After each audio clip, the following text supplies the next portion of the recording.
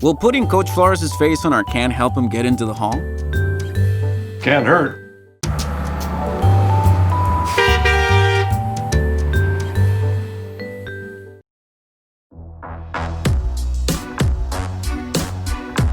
You're listening to Upon Further Review, presented by Coors Light on the official Raiders Podcast Network. Here's your host, Eddie Paskal. Raider Nation, what is going on? Eddie Paskal and Engineer Jim once again back at Raider Nation Radio in a very, very chilly Las Vegas, Nevada. And thank all of you, thank each and every single one of you for joining us for another episode of Upon Further Review. So, guys, we have done it. We are in #offseason mode. So what does that mean for the show? And I kind of talked about this a little bit in our post-game show on, gosh, my days are all messed up now. Last Sunday, that's right. That's when we wrapped the season up. So we're not going anywhere. You are stuck with us. We are going to come into your earwaves, into your phones, laptops, tablets, whatever it is, wherever you listen to us. We're coming at you. Every week, same schedule. Every Thursday, you will hear from us. But obviously, the contents of the show will change. And we're not going to be talking as much about games and recapping what's happened and looking ahead to the opponent. We're not going to do any of that. But in the short term, here's what we're going to do. We're going to look back ever so quickly at 2020. And I talked about this last week, as I said. How are we going to do that? Because I think at this point, coming off an 8-8 season, I think it's fair to say a disappointing 8-8 season in many capacities. You look at the record itself, and there is an improvement from 2019, so let's not get that twisted. But considering how this team started and then comparing it and contrasting it to how the season ended, I think it's fair to say that there's a lot of questions and there is some disappointment amongst the Raider Nation. And I get that. I see that. I feel that. I completely understand. So given that, and just given the season and kind of where we are on the schedule, both football and non-football, over the next couple weeks, we are going to look at each side of the football. We're going to look at the offense tonight. Next week, we'll take a look at the defense. And then the week following, we'll look at the special teams unit. The week after that, so for those of you who have your calendars out and are looking at and following along at home, so on January 28th, tentative, obviously, because all this is subject to change in this wild world that we're living in, but we're going to have a special episode of the show. And I have teased this a little bit. I'm not going to give too much away, but it is going to be a show dedicated to a Raiders legend. It is going to be a show all about this certain individual, what he has meant to the silver and black, what he has meant to the Raider Nation, what he has meant to the game of football, what he has meant to people, human beings at large. So that's at the end of January. So make sure you're riding with us and hanging out, because that is kind of what we're going to be doing for the next month. Now, usually, in my quest, my partner in crime, the great Kyle Kinnan, Booby Cartwright Martin, he will join me.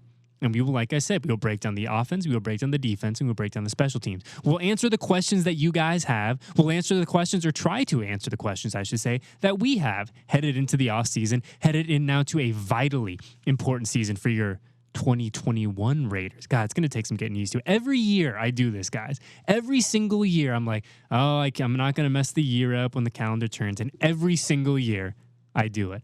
So I appreciate you guys hanging tough with me. I appreciate you guys understanding. I'm going to say 2020 for at least a month or two. That's just the reality of it. But to go back to the original point, Kyle is usually going to be here with me to break this all down. Unfortunately, tonight, KMM is on assignment, so you are stuck with me and Jimbo. So let's just dive in to the 2020 Raiders offense. And I think the first place we have to begin is just to look at the roster. So as of now, the league year will turn sometime in late March, and we will officially turn the calendar to 2021 in the NFL as far as the league is concerned. And at that moment, a bunch of guys on this offense are going to be free agents. And we have this conversation every year. You have that conversation following the final game of the season. Well, who's going to be here next year? Who's going to be here when the draft rolls around, when the offseason program rolls around? And obviously, most importantly, who's going to be here week one? And there's so much that will be done and when things we'll discuss and the draft and free agency and yada, yada, yada over the next couple months. But for you guys listening, this is just a quick list of the guys on the offensive side of the football for the Silver and Black that are due to be unrestricted free agents in just a few months' time. Essentially, guys, when the league calendar turns, that do not have a contract with the Las Vegas Raiders, that are free to go out, to negotiate, to see what they're worth on the open market, and then decide where they want to play football for 2021 and beyond. So the list of guys that played for the Raiders this year that fall under that umbrella are the following in alphabetical order. Because you guys know I love alphabetical order. It just makes everything easier. Starting at the top, Nelson Aguilar, Devontae Booker, Derek Carrier, Denzel Good, Zay Jones, Nick O'Leary, Nathan Peterman, Theo Riddick, Jason Witten, and Sam Young. So to recap, those are the guys that will be free agents in just a few months' time. Now, the logical question after you go through that list is, who's coming back? Who are the guys that need to be priorities for General Manager Mike Mayock and John Gruden to bring back into the program in 2021? And we will have time, ladies and gentlemen. We will have plenty of time, as I said, to really dive into the specifics and who needs to be back. And, we don't really talk money. We don't really talk contract terms or anything like that. But we do talk about guys who are going to be part of the organization and part of the program going forward.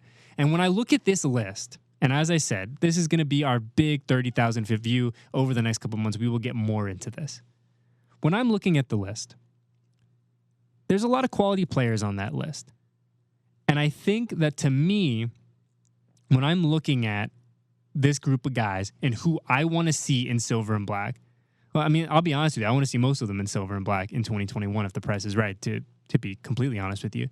But if I have to pick one guy who I think outperformed, who kind of rose to the occasion in 2020, and really who showed that he needs to be on this team, that he is a valuable commodity, that he can do multiple things on this offense. To me, and this is not a shot at any of the other players, because as I said, there are a lot of guys. I mean, I'm looking at the list, I'm counting 4 or 5. There's about 5 or 6 guys just at first glance that I want to see in silver and black in 2021. But if you make me pick one, if you say, Eddie, you get one chance, you get one guy on this list, who you bringing back? To me, and this is just my opinion, I preface this by saying, this is my opinion. This is one non-football guy's opinion about what to do. But to me, the guy that you bring back in 2021 is Denzel Good. And Nelson Aguilar had an incredible 2020, a resurgent 2020, a 2020 in which he was reborn in so many ways. I joked about it on Twitter, but Aguilar was reborn in the desert. He didn't like that cold in Philly. This is a guy that went to USC. He wants the heat, baby. And he was an aberration in 2020. Likely, outside of Darren Waller, the team's best wide receiver. So I'm not here to say I don't want Nelson Aguilar back in silver and black. I want Nelson Aguilar to be a Raider. Do not get it twisted. That said, if you give me one guy to choose, I'm going with Denzel Good. Time and time and time again, since Denzel joined this team, he has shown that he is a guy who quietly goes about his business, a guy that can do multiple things, not only on the interior of the offensive line, but at the tackle position in a pinch as well. I mean, do not get it twisted. Denzel Good, I think, quietly had a really, really, really good 2020. And you look at the way, I should say, that teams are built, the teams that do really, really well, the teams that have sustained success. Because let's be honest, that is what the goal is for the Las Vegas Raiders. It is not 1 year of 8-8. It is not 1 year of 9-7. It is sustained year after year, competing for the division, getting in the postseason tournament, and winning a Super Bowl. That is the goal. And to do that, if you just look at the blueprint of the teams that do that, they all have dominant line play, both on the offensive and the defensive side of the football. And I'm not here to say that Denzel Good is a future Hall of Famer. I'm not. I mean, I hope he is. Shoot, I hope all these guys are future Hall of Famers. But what I am saying is that Denzel Good makes this offensive line better. And you need to have, and we saw it firsthand this year, guys, you need to have not only a good starting 5 offensive linemen, you need to have offensive line depth. Depth, depth, depth. And in a pinch, having a guy like Denzel Good, who can do so many things, as I said, who is so versatile, who can be so multiple for this offense, you have to find a way to bring him back. I would be ecstatic to see him return to the silver and black in 2021. And if you don't believe me, and I've told you guys from Jump Street, I have never fancied myself an X's and O's guy. I am not a tape guru. So if you don't believe me, just listen to Gabe Jackson. We all heard him last week, or I guess technically 2 weeks ago, whatever it is now.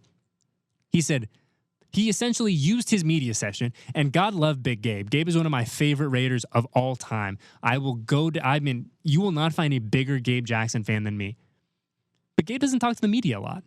He doesn't, it's just not his deal. So the fact that he did his media session and really used it as an open floor to campaign for his boy Denzel Good to get paid, that tells you everything you need to know about Denzel Good and how vital he is to not only this offensive line, but this team. So no disrespect to Nelly, no disrespect to Booker. I would love to find a way to bring Zay Jones back in 2021 at the right price. I would love to see Booker. I thought Booker was a really nice compliment to Josh this year. So as I said, we're going to get into all of these guys, the cases for each of them. But if you say, Eddie, you get one, Denzel Good is the guy that I'm going with. Which leads us to I guess, a bigger question about the offense in general. And I've thought about the offense a lot, really over the past, month. But over the past handful of days since the season wrapped up, and we've kind of had a chance to catch our breath. And I mean, I guess we've almost caught it. I wouldn't say we've fully caught our breath yet, but I've thought a lot about this offense. And over the next couple of weeks, I'm going to pose the same question to Kyle, and I'm interested to see, kind of hear his take on this as well. But in regards to the defense and special teams, I should say. But I was thinking, how would we categorize this year for the offense? Would we say that they overperformed, they underperformed, they were kind of what we thought they were, they met expectations? Thought about this a lot. I've stewed on it. And to me, I think the 2021 Raiders on the offensive side of the football, they met expectations. And I say that with a caveat, which I will give in just a second. But I think they met expectations. We came into this season back in training camp, which now feels like 17 years ago in this COVID world that we're living in. But we came into the season, and we knew they were going to be good. You had DC in year 3 of Gruden's system. You had what we thought was going to be a healthy Tyrell Williams, a Henry Ruggs, Zay Jones. You looked at the wide receiver depth, and you said, these guys are going to be good. Josh Jacobs back for year 2. He was going to be bigger and stronger. And then you put all of these guys behind really what I believe is the catalyst to everything that the Raiders want to do offensively in this big offensive line. And I think on paper, we came into the season feeling good, feeling confident. Hey, we got some questions about the defense, but we are not concerned about the Raiders offense this year. We know what they can do. We've seen DC at his best. We know what these guys are capable of. And I think when we look at it like that and we frame it like that, I think the Raiders met expectations, because I'm looking at the numbers right now. Through the ups, the downs, the in-betweens, the frustration, the heartbreak, the elation, the 2020 Raiders on the offensive side of the football were a top 10 unit. This was a top 10 offense in 2020. And there were times where it was not as fluid as we liked. There were times where it was choppy and it felt out of sync. And there were times where it was frustrating to watch. There were. But through all of that, they finished 2020 as a top 10 offense. That is not debatable. That is not my opinion. That is a fact. They were a top 10 offense. So in that respect, I think they met expectations. But then when we unpack it a little bit more, I think really this group, as it was constructed at the end of the season, really exceeded expectations. Because as I said, we thought we were going to have a healthy Tyrell Williams. We did not get that. We thought that we were going to have Richie Incognito, Trent Brown going 16 games. We thought we were going to have a cohesive offensive line from week 1 till the end of the year. We didn't have that either. We knew Darren Waller was going to be good. Did we think that he was going to set a franchise reception record? I didn't. I mean, if any of you guys thought that, I mean, please hit us up on the Twitter and say, hey, dude, I called this back in August that Darren Waller was going to have a franchise record-setting year. We knew he was going to be good. As good as he was this year? I don't know.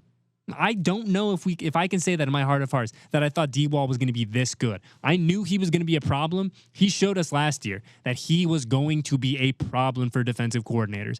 But this type of problem, historic type of problem, literal matchup nightmare type of problem,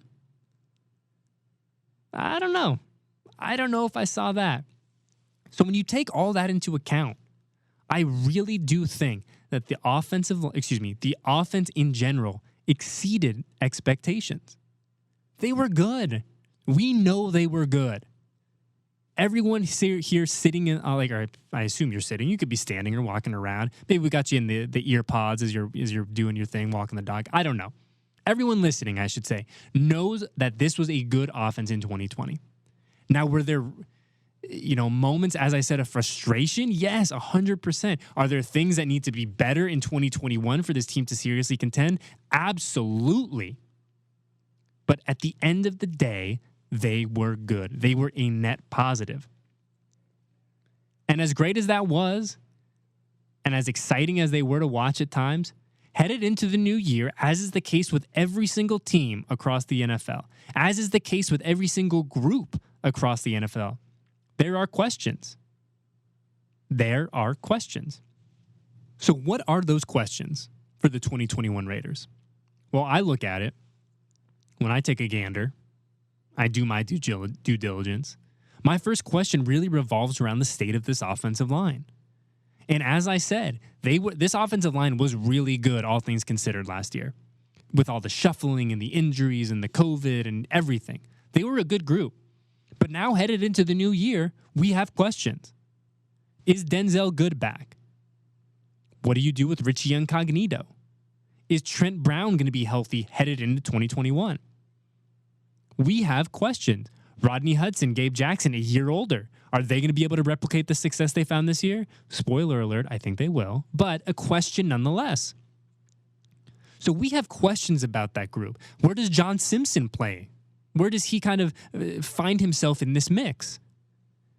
Do you use any of your draft capital on bolstering a tackle spot, a backup center? I mean, I know Andre James is proven to be very, very good, but I mean, you have questions surrounding this group.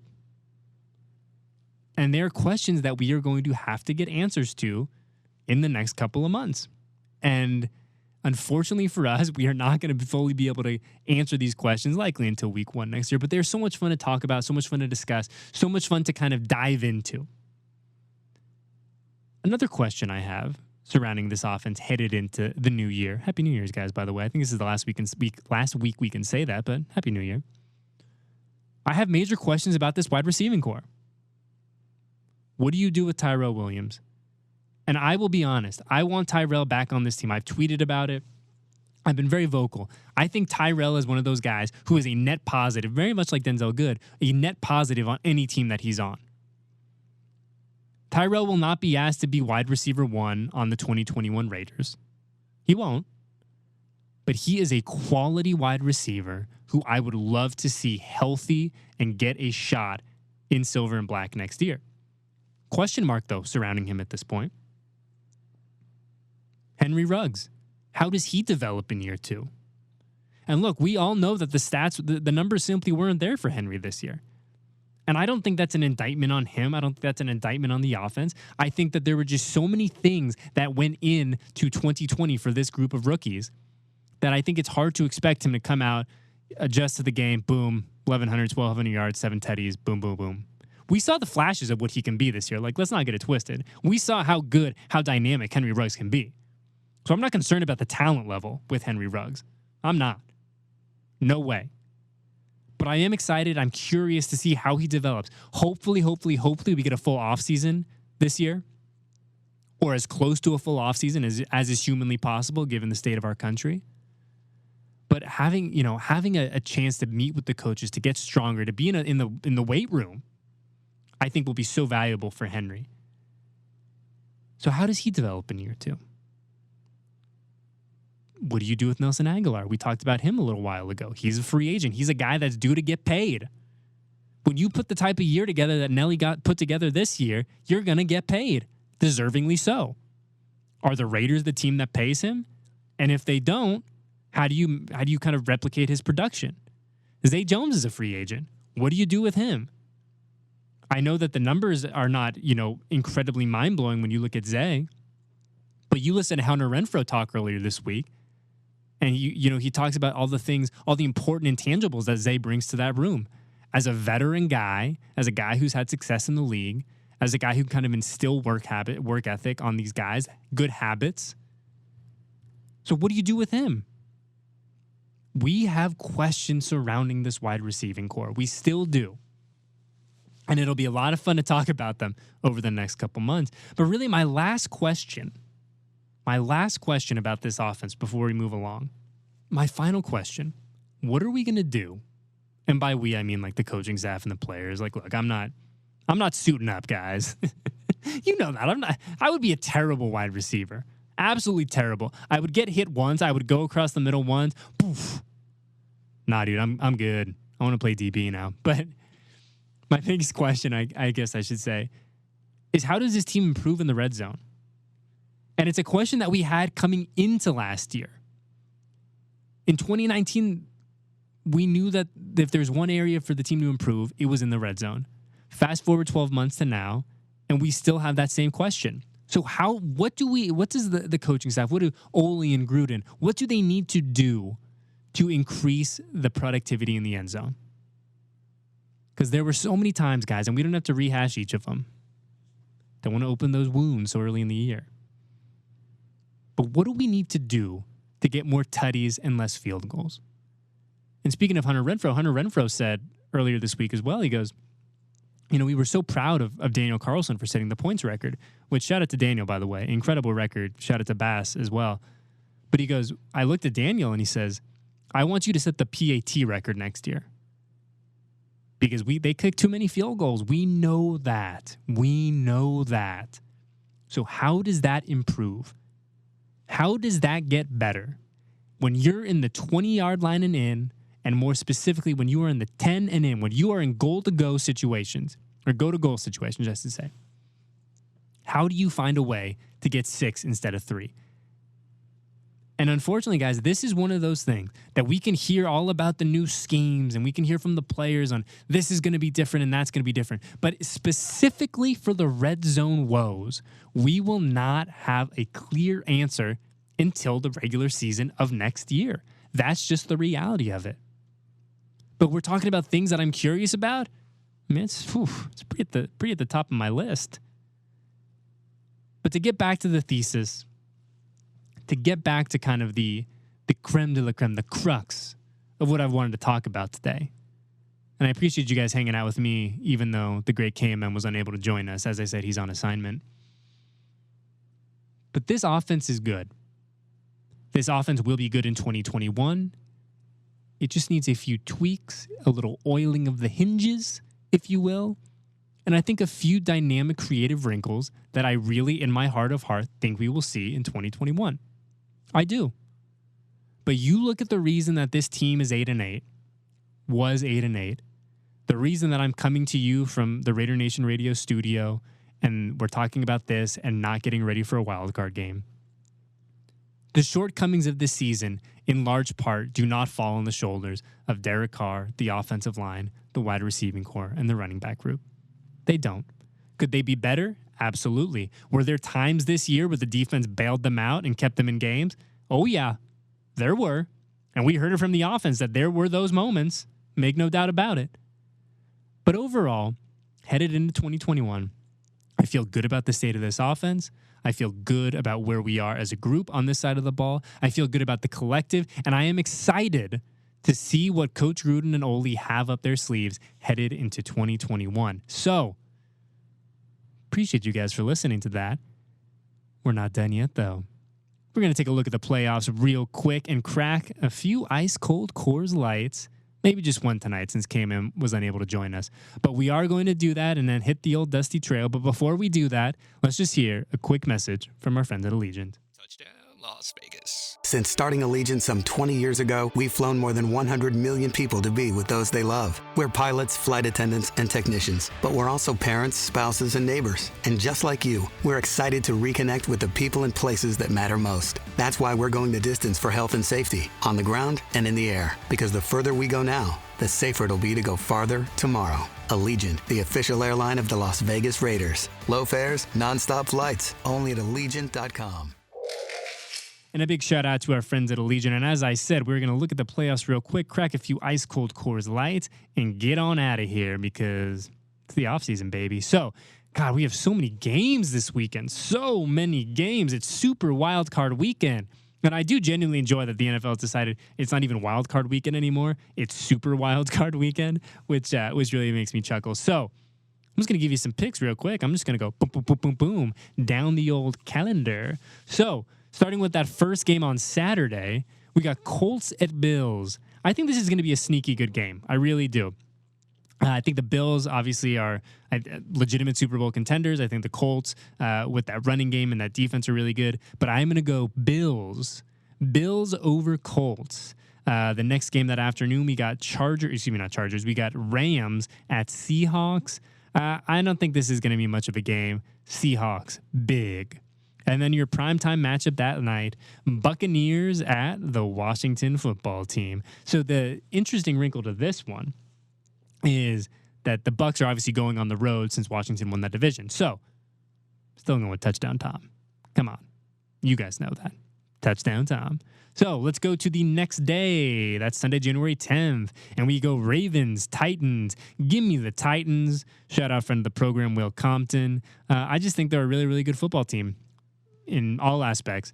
I'm interested to see what they do if they win that game, but give me the Titans. I think low-key that might be the most entertaining game of super wild card weekend, but give me the Titans. After that, we go Bears, Saints. Give me the Saints. Sorry, Mitchell Trubisky. Drew Brees. Do good, especially in the postseason. And then we're going to go your primetime matchup that night. We're going to go Browns, Steelers.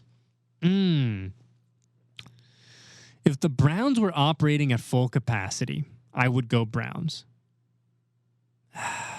But they're not. They got all the COVID stuff. Kevin Stefanski's out. Joe Bitonio's down. Oh, God, what am I going to do? Give me the Browns. Give me the Browns on the road. Give the people of Cleveland a little something to celebrate. Give it to them. The first win in God knows how long in the postseason for the Cleveland Browns, but I'm calling it. Give them the W. Give them the W. So, on that note, we are going to just crack a few ice-cold Coors Lights and hit the dusty trail. And since we're sans KMM tonight, I'm just going to go a single cold one. I'm going to crack a cold one. Who should I do it for? Lots of worthy people, lots of worthy things in the world right now. But I'm going to crack a cold one for... After everything we saw today, right? I mean, we saw such a... We record this on Wednesday night, so this is, I don't need to get too much into it. You guys all watch the news. It's embarrassing, man. It's pitiful. It's disgusting.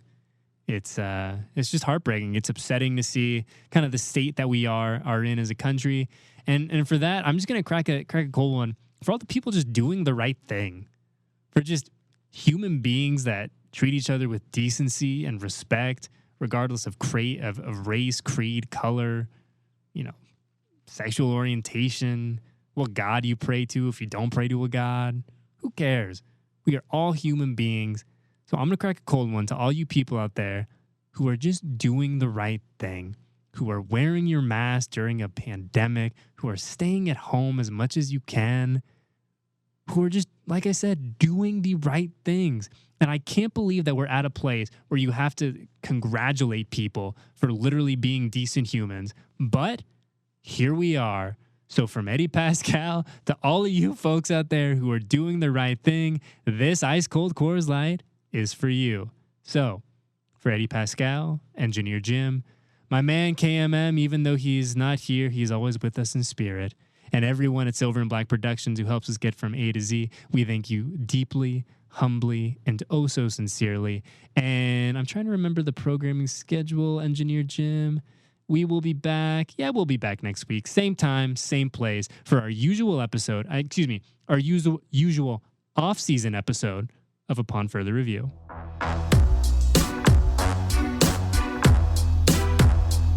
Thanks for listening to this edition of Upon Further Review, presented by Coors Light on the official Raiders Podcast Network.